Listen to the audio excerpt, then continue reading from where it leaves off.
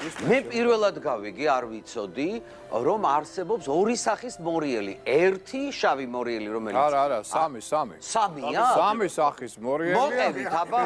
მორიელი ეს არის ერთი ქვეტიპი, რომელიც ნგრევისგან იღებს სიამოვნებას, ამიტომ 60% მსოფლიო პროფესიონალი მკვლელებისა მორიელები არიან, წარბი არ შეეხრებათ, ისე მოკლავენ. მეორე ეს არის აღშენებული ტრადიციების მორიელი, ილია ჭავჭავაძის ტიპის, ანუ ფრთაგაშლილი არწივის სიმბოლიკით. მესამე არის გველის სიმბოლიკით წარმოდგენილი მორიელი, რომელიც მუდმივად თვითგვემაში არც საკუთარი თავი არ მოწონს, არც სხვა არ მოწონს, ჭამს საკუთარ თავს, ანგრევს და ამ ნანგრევებში აქცევს ახლობლებს კიდეც.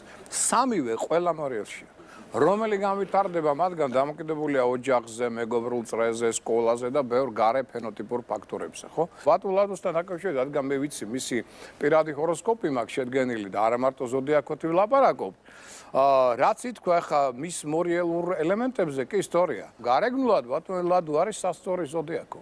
მასში ძალიან ბევრია სასწორის თვისებები და ამიტომაც მეუღლეც სწორედ სასწორის ნიშნით ყავს მოყვანილი. ამიტომ სირბილე მოდის მისი გარეგნული ნიშნიდან, ანუ სასწორიდან. შინაგანად ძალიან მკაცრია, მორიელია, არ გაპატიებს არც ტყუილს, არაფერს, მაგრამ გარეგნულად ეს ვლინდება დიპლომატიურად და გაცილებით რბილად და არტისტულად თუგნებად პოეტურად კიდეც. არ გეგონოთ რომ ვინმეს აპატიებს დაუშვათ წყენას, ან ვინმეს აპატიებს ესე ადვილად ტყუილს.